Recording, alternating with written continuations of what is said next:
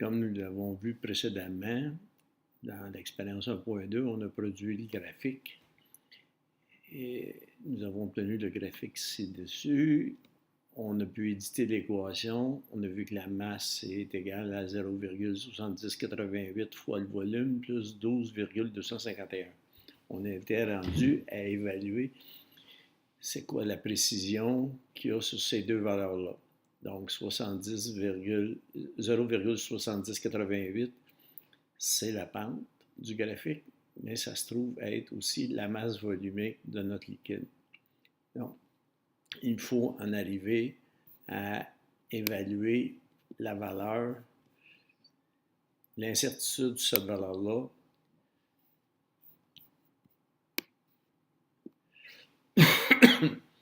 Donc, à partir de notre table de valeur qu'on a utilisé, on a choisi deux points qui sont les plus éloignés les uns des autres. Ces points-là ne servent pas à trouver la pente, mais à juste évaluer l'incertitude. Donc, on sait que la pente, c'est l'écart entre la masse 1 et la masse 2 sur le volume 2, et ça me donne la masse volumique. Autrement dit, delta M sur delta V. Les valeurs qui est important de connaître, c'est que plus ou moins delta d'MV signifie l'incertitude absolue sur la masse volumique. Dans la section qui est ici, il y a deux deltas.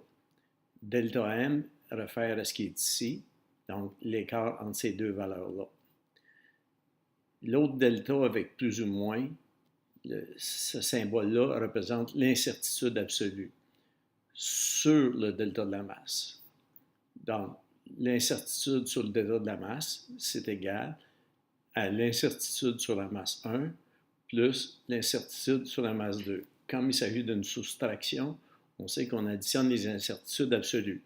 On a exactement la même situation pour les volumes. Comme il s'agit d'une soustraction, on additionne les incertitudes absolues sur chacune des valeurs.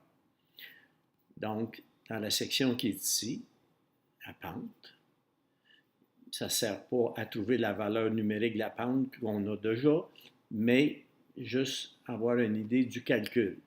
On veut trouver la masse, l'incertitude sur la masse volumique.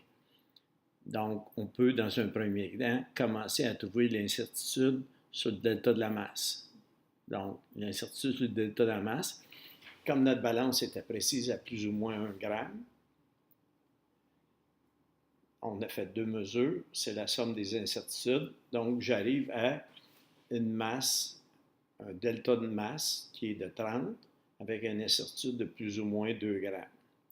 On fait la même chose pour les volumes. L'écart des volumes, qui est 50 moins 7, qui donne 43. J'ai une incertitude de 1 millilitre sur chacune.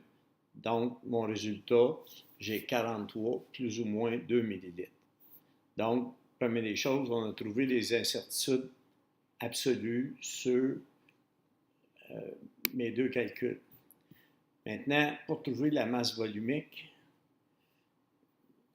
il faut faire une division. Donc, quand on utilise une division, il faut trouver les incertitudes relatives. Donc, l'incertitude relative sur la masse volumique, c'est égal à la somme des incertitudes absolues, des incertitudes relatives sur l'écart de masse et la somme des incertitudes relatives. Pour trouver l'incertitude absolue sur la masse volumique, se débarrasser de la masse volumique, on l'a de l'autre bord, qui vient multiplier notre parenthèse. Si j'applique un calcul qui est là, je vais trouver l'incertitude absolue sur la masse volumique. Bon, ici, on trouve avec nos calculs, je reviens sur l'incertitude absolue plus ou moins 1 gramme, plus ou moins 1 gramme, sur l'écart de 48 moins 18. On a les deux ici. Pour le volume, mon écart, c'est 50 moins 7 millilitres qu'on a ici. Incertitude, plus ou moins 1 millilitre.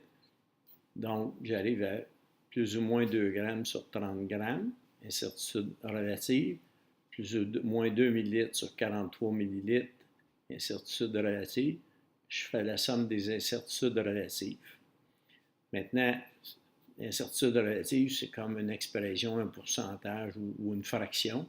Cette fraction-là, elle multiplie mon résultat de masse volumique. Après avoir multiplié ça, on arrive à une valeur qui est de 0,08. Il y a d'autres décimales par la suite, mais quand on indique une incertitude, on ne garde qu'un seul chiffre significatif, qui est en l'occurrence le 8.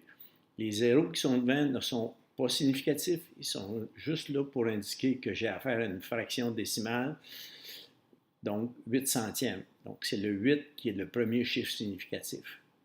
Donc, comme mon incertitude est sur la deuxième décimale, je devrais arrondir ma masse volumique à 2 décimales.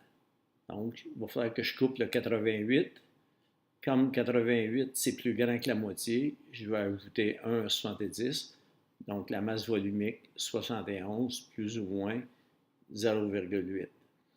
Donc, avec le petit travail qu'on vient de faire, on a évalué l'incertitude sur ma masse volumique.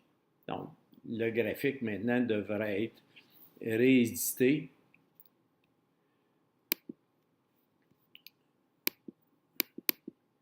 Puis la valeur qui est ici, bien, on va la mettre à 71 parce qu'elle correspond à les valeurs qu'on a effectivement évaluées dans notre graphique. Il va nous rester à trouver l'incertitude sur ça qu'on fera dans un autre